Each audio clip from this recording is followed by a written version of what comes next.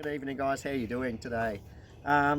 Here to try and do another little video on a beautiful little plant. But first, I just want to say thank you for those who are commenting and leaving little notes and little thingos on this YouTube page and that. I'm really grateful for that. I've had some beautiful and wonderful comments and we've just hit a massive 100 subscribers, so I'm like, yeah. I'm not really that. It doesn't really matter that much to me, to be honest, but that's cool that we've got 100 people that are willing to be there in and out and listen to everything. But today, get on with it. I'm going to show you, sorry, there's a bit of distraction, scootering and bike riding and things going past us. Today, I'm going to show you a really beautiful plant with a lot of history, historical use. I'm sure a lot of people are familiar with this plant. You're kind of living under a rock if you don't know this plant, I think, but it's really good to show something that's a really common person's plant and it has such beautiful ways of being and stuff like that. So the plant that we're looking at today is dandelion, or Dande-lion. I think that was French for lion's tooth, lion's teeth and that. And if you come down here, I'm going to show you a couple here. We got the one here. So you can see we've got this big stalk here, got a little bit of a flower, it hasn't really opened up yet. But I'll tell you, I'm going to try and put up a photo that has a bit of a differentiation, because we got some cats here which, where am I looking? I can't actually see any. Oddly enough, I can't see. Oh, a little bit of this sort of stuff, it gets a bit mixed up and move that brassica. This sort of one, got furry, and if you look, it's got rounded, lobed sort of look. And you come back over here, we'll look at this one. This is a good example. This is another dandelion. We can see a little bit softer, very tubed, where it gets its lion from. Got a little flower coming up there, a little bit of red here, goes in a little basal rosette. And then you'll notice too, if that were to have flowers, it would come out here and there'll be two coming off it and stuff, and a much, I'd say a much more complex sort of flower, same color flower, yellow, but more complex this one. So anyway, that's a bit of a description. I hope you can see that clearly and everything like that, really sharp. Now, dandelion will grow year round. Springtime is a good time to grab it. The leaves aren't too bitter, but the thing, so we can use all parts of this, right? It said that they use it for wine. The flowers are used in wines and stuff like that. The leaves I would be adding into salads, so it's like a pot herb that you can use raw. And the leaves are more, I would say, sort of kidney, aquaretic, diuretic, sort of working on that sort of area, whereas the roots we go under, you've probably heard of roasted dandelion root and roasted dandelion and chicory, that sort of thing. The roots are more for the liver and that, you know, and then for the belly, both good for the belly, and I'll explain why. Yeah, the roots are used more in, I'll be using a bit more like in a brothy or in your teas and tinctures and stuff like that. The leaves, I tend to say we use them just for sort of more salady sort of things and that sort of, yeah, and that'll go through your kidneys a bit more. But the cool thing about this, right, so this is considered a general bitter plant, not extreme bitter, and that depending on who you talk, if people aren't eating bitters in their diet at all, it might taste a bit like at first and that, but if you go into it, it is a general bitter plant. But the cool thing about this is it's really quite rich in minerals, particularly potassium and things like that. So when you're as a diuretic, or when you're peeing and flushing through the kidneys a lot, you're losing that potassium and stuff like that. But this is very has a lot of potassium in it, so it's actually restocking that sort of stuff, which is really cool. And though it's a bitter, so in an action you'd be saying bitter would be, then you've got alterative, which is cleansing to your body sort of thing, you know. So you've got blood cleansers, you've got through your liver, you've got skin, that stuff pours out. It's kind of like altering your body's state. It's a clearing process, and that where you're detoxifying in some way. So it's kind of good in the way that it's detoxifying and going through your liver or your kidneys and flushing you out, which is helping heaps and stuff like that, particularly in the diets and eating these days. But it's also got the minerals in it to rebuild, so it's actually strengthening you as well.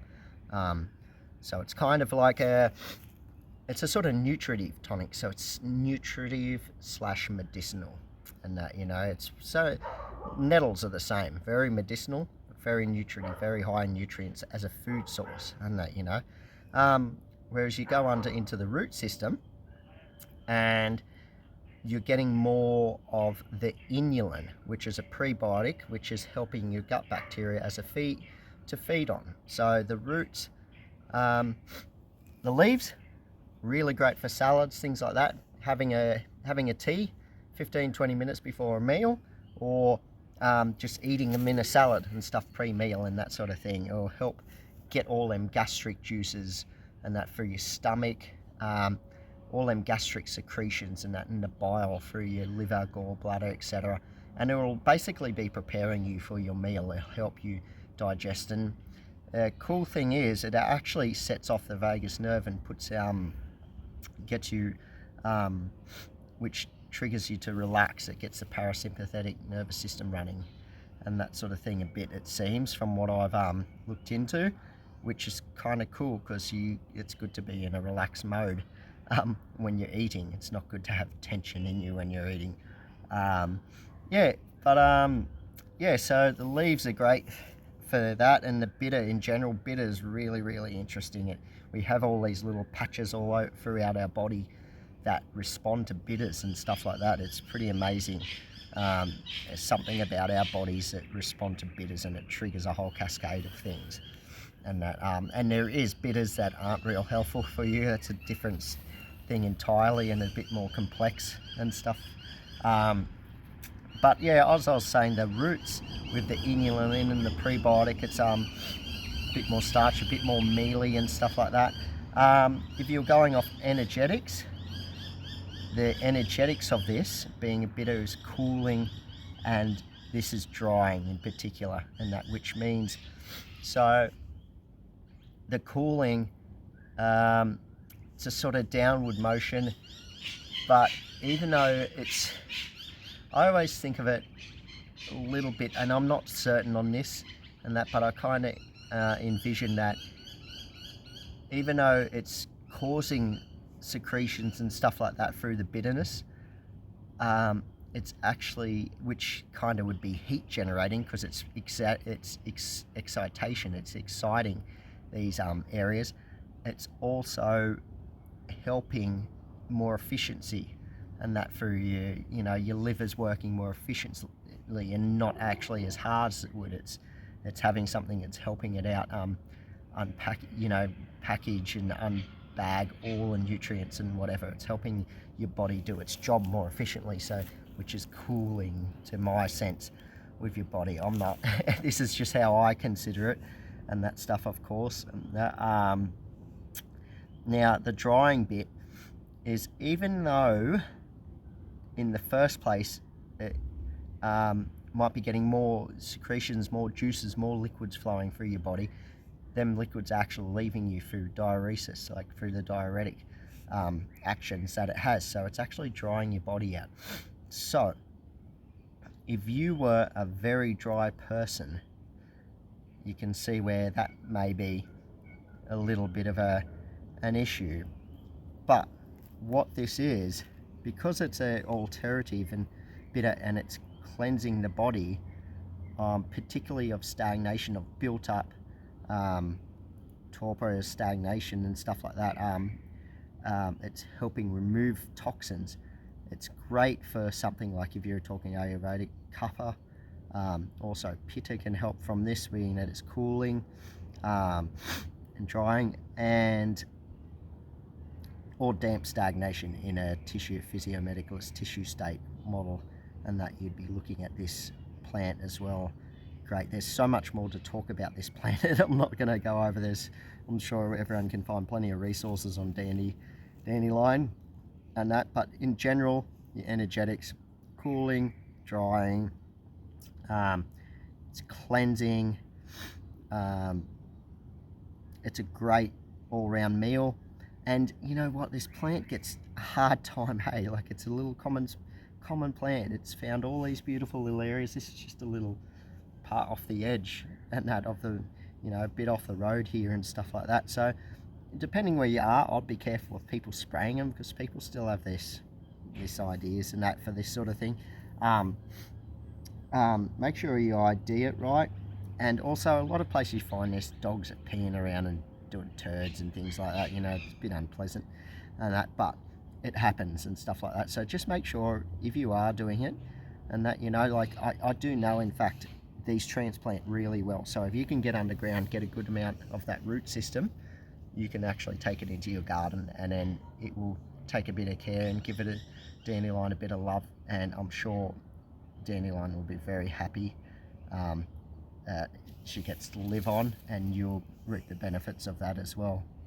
It's being part of sharing lives together a bit and stuff. So these guys definitely transplant well. They're a very gentle, soft, beautiful plant. They can get quite big, and as they do grow bigger, you can, if you look before, like these little ones, you know, as they get bigger, they definitely sort of still got that sharpness, but they get a bit rounder out the edges and start having little veins off the side of it and stuff.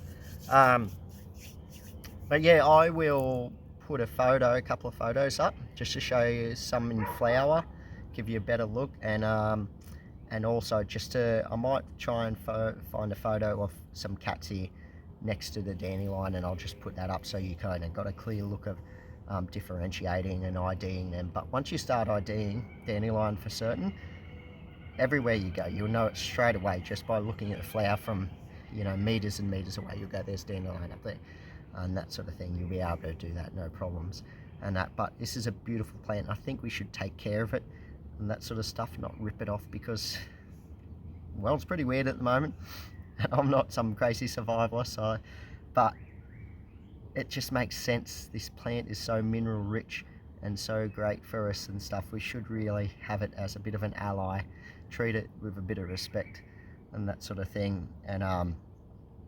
enjoy and that, you know. So yeah, I think that's about all dandelion. Well, it's not all, there's definitely way more, but it's all that's really been in my mind is a basic little run through of the ways that we'll be working with dandelion and stuff like that, you know. So I hope you've got something from that. Beautiful, very special plant, one to definitely get to know, in the within the top 10 beautiful plants to get to know and that sort of stuff, especially because it is common and that. But yeah, I think that's about it. It's starting to get a bit darker now, so I'll stop blabbering on. But thank you again for watching, and I hope you appreciated this video and that, and just leave any comments in there letting me know and stuff like that. I don't know everything about plants and that. I'm not trying to. This is why the little name is called the Wilder Practices, because we're always practicing and learning ourselves, our family and stuff. But what we are learning, we try and share. And there's way more stuff than we do in just plants and that sort of thing. But maybe in time we'll share some of that stuff as well. But for now, yeah, thanks again for watching. Really appreciate it, and hope everyone's well through this difficult time in the world and that. And yeah, take care. All right, see you later. Bye now.